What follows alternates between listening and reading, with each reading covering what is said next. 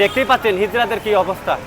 একটা দুটা বিয়ের গাড়ি ছিল, ওই বিয়ের গাড়িগুলোকে এমনভাবে অপমানিত করতেছে যেটা বলার মতো না। হিজড়াদের এগুলো কিন্তু প্রশাসনের নজরে আসে না। যদি প্রশাসনের নজরে আসতো তাহলে কিন্তু এই অবস্থা হতো না। আপনারা একটু দেখেন, ভালো করে দেখেন।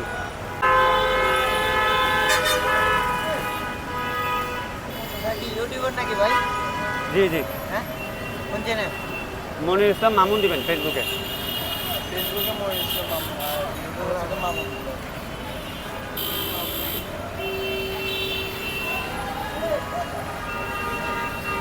এই দেশে যদি কোনো আইন থাকে, সকলের জন্য আইন যদি এক সমান হয়, তাহলে আমি বলবো ওদেরকে দ্রুত আইনের আওতায় আনা হোক। যদি আনা না হয় তাহলে মনে করবো আইন শুধু আমাদের মতো অসহায় মানুষদের জন্য, ওদের জন্য কোনো আইন নয়। কেন ওদের তো রক্ত গড়া মাংস, ওরাও তো পরিশ্রম করে খেতে পারে, বিভিন্ন কর্ম করে খেতে পারে, চাকরি না হয় হলো না, কিন্তু বিভিন্ন ব্যবসা করতে পারে হিজড়ারা, ঠিক আছে না? হাতে করে শরবত বিক্রি করতে পারে, চা বিক্রি করতে পারে, পান বিক্রি করতে পারে। কিন্তু এইগুলো না করে এই দেখেন না, মোটা মোটা হাতিগুলো মানুষের থেকে এইভাবে দিনের পর দিন চাঁদাবাজি করে করে চলতেছে।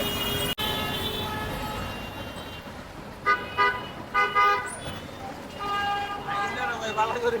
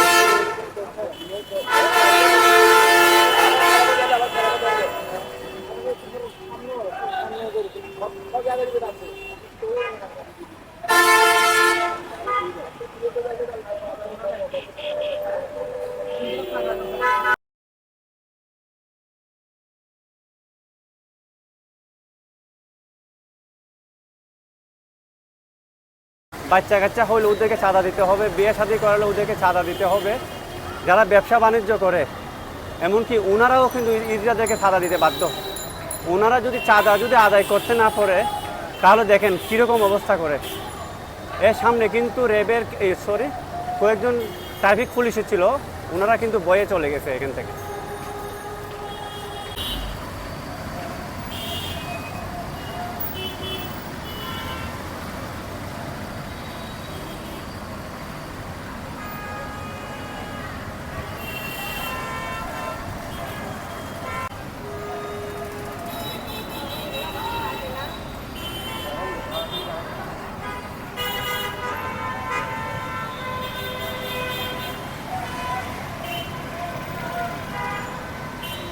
ব্যাগটা কোথায় তোমার?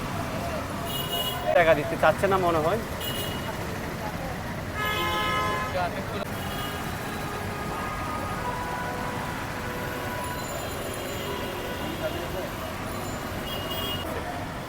হিজরাতের অবস্থাগুলো এই দেখেন,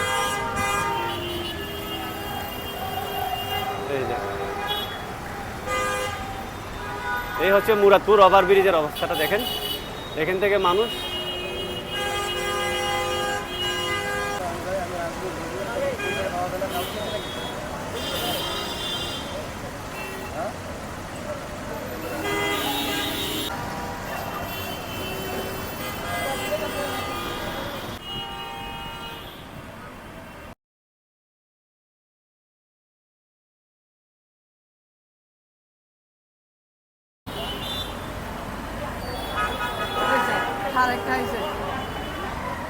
এই যে দেখুন আরেকটা গাড়ি কিভাবে আটকাচ্ছে, এই দেখুন, তিনটা গাড়ি। এই যে দেখুন। আজকে কখন ভালো একটা থেকে 2000 পাইছে।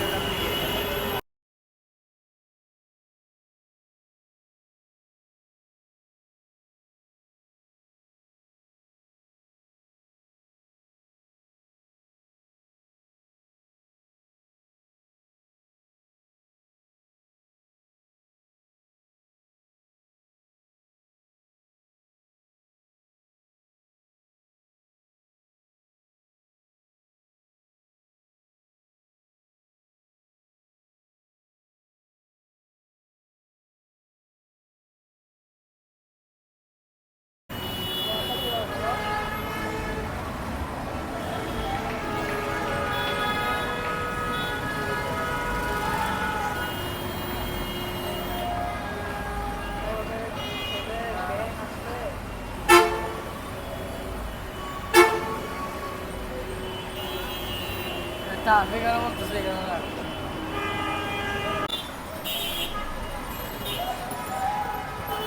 দেখতে পাচ্ছেন ড্রাইভার অবশেষে গাড়ি থেকে বের হয়ে আসলো। আমার থেকে দেখে মনে হচ্ছে যে অনেক বড় একজন কুখ্যাত সন্ত্রাসী প্রশাসনের লোক আটক করেছে, কিন্তু দৃশ্যটা কিন্তু এরকম না।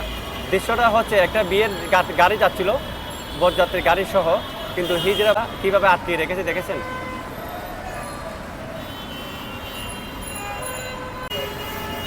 ধরো ধরো ধরো।